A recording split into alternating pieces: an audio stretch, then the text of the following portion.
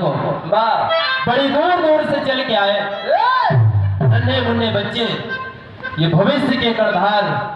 और हमारे इस बीच भाई विजय जी, जो विजय म्यूजिक हम लोगों को बड़ी दूर दूर तक एक मार्गदर्शक बने हुए भाई अजीत जी, और हमारे साथ भाई राम सिंह जी, म्यूजिक डायरेक्टर भाई मनोज माही जी, तमाम साथी आए हुए हैं।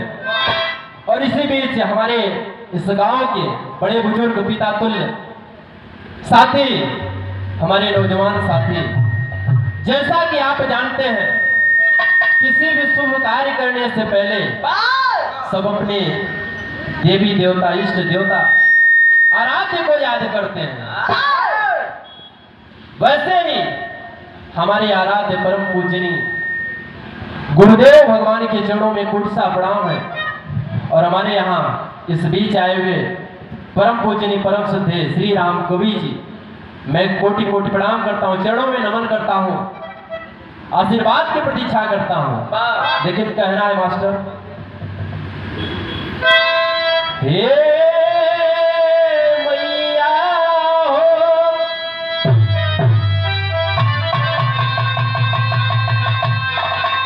हे मैया हो, हे मैया हो,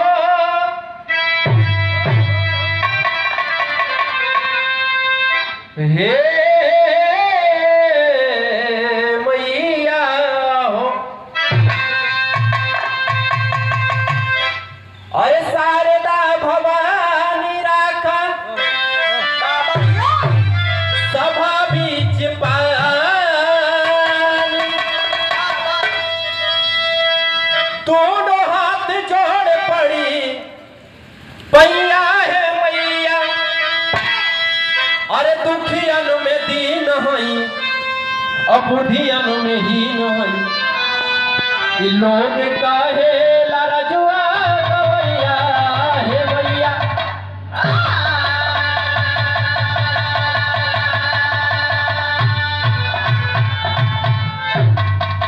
आइए मैं आपको दो लाइन मां की वंदना करता हूं, फिर आपको नई नई गीतें सुनने को मिलेगा, क्योंकि समय का अभाव भी है।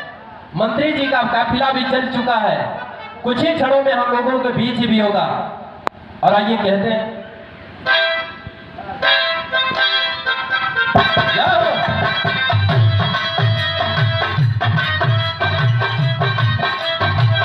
क्या बात,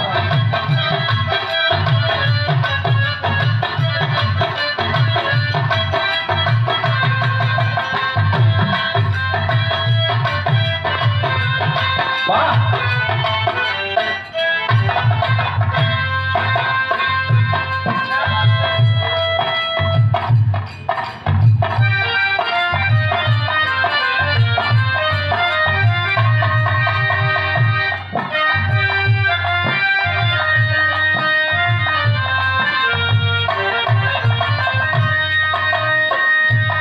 मास्टर हमारे गीत के संकेत करत, गीत के संकेत बा कि हमन गवैया बजवैया के मजबूरी बा कि धुन कर्ज बतावल जरूरी बा,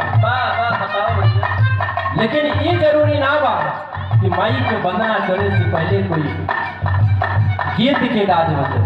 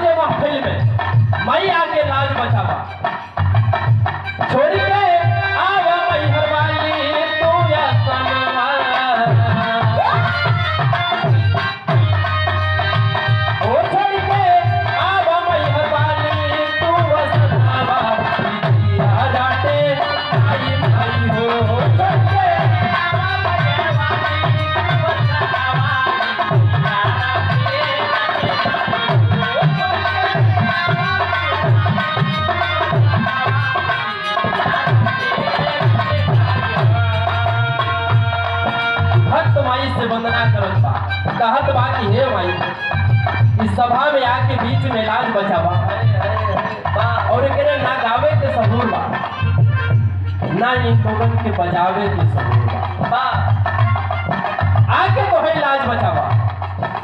अगले बंद में भक्त माई से कहत बा, का कहत बा?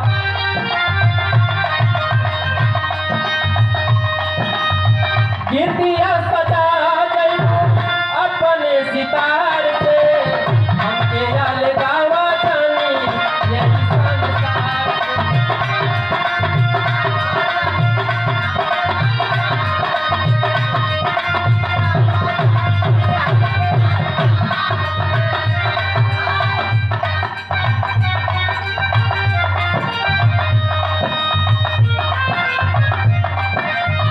और भक्त माई से कहत बा, कीर्तिया सजाया जइबो अपने सितार पे, हमके आल गावा जानी यही संसार से।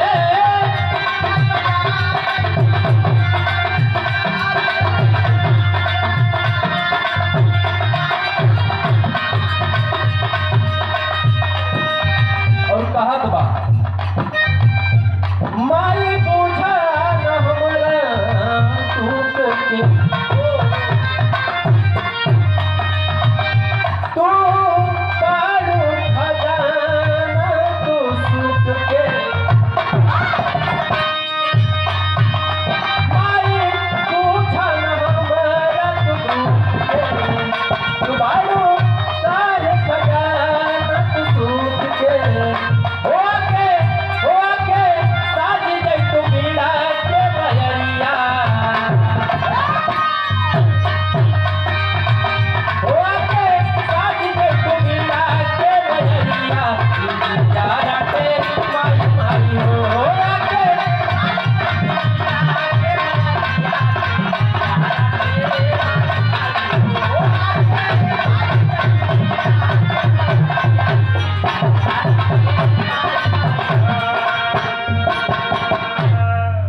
माई से भक्त कहत बा कि हे माई ना गावे के सबूर बा ना बजावे के सबूर बा, बस तोहरे ही सहारा बा ये महफिल में आके लाज बचावा सबूर बत बने।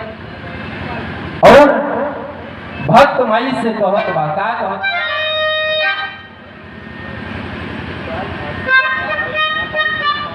और हमारे बीच में परम पूजनीय श्रद्धेय आदरणीय हमारे बीच के साथी त्रिकाल भाई की तरफ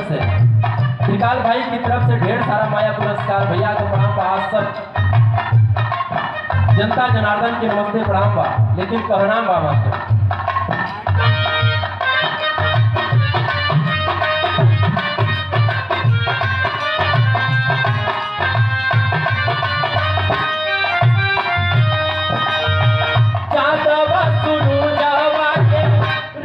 यौरी लाली तू गीत संगीत बाड़ो साथे नाच माली तू,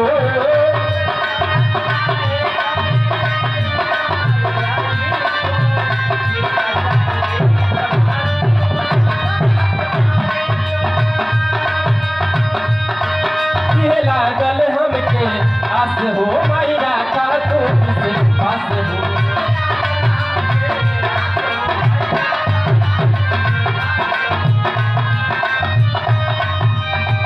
हो,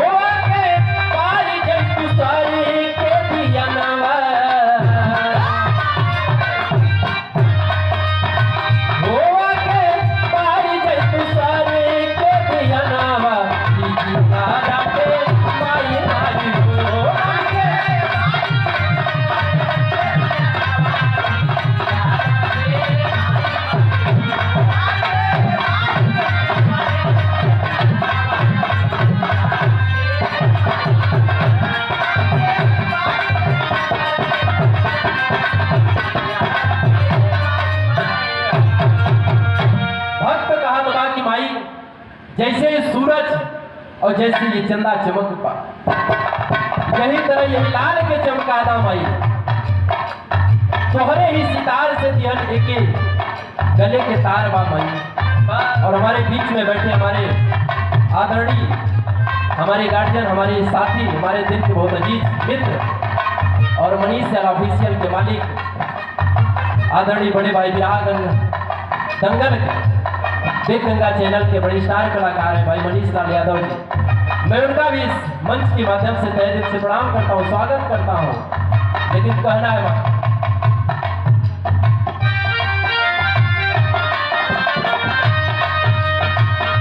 भक्त अपने घराना का परिचय बतावत कहत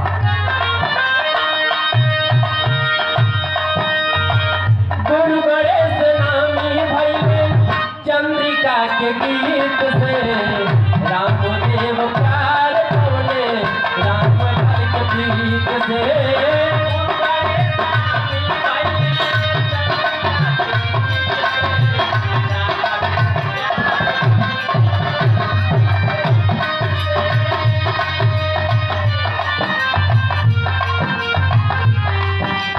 तोहरा के प्यारे लाल हो गया कभी कहियो हाल हो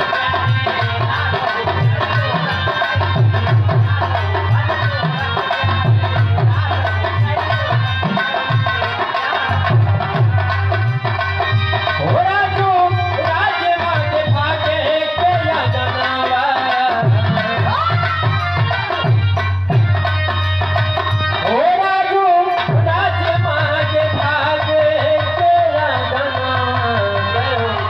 जिया राटे माई माई हो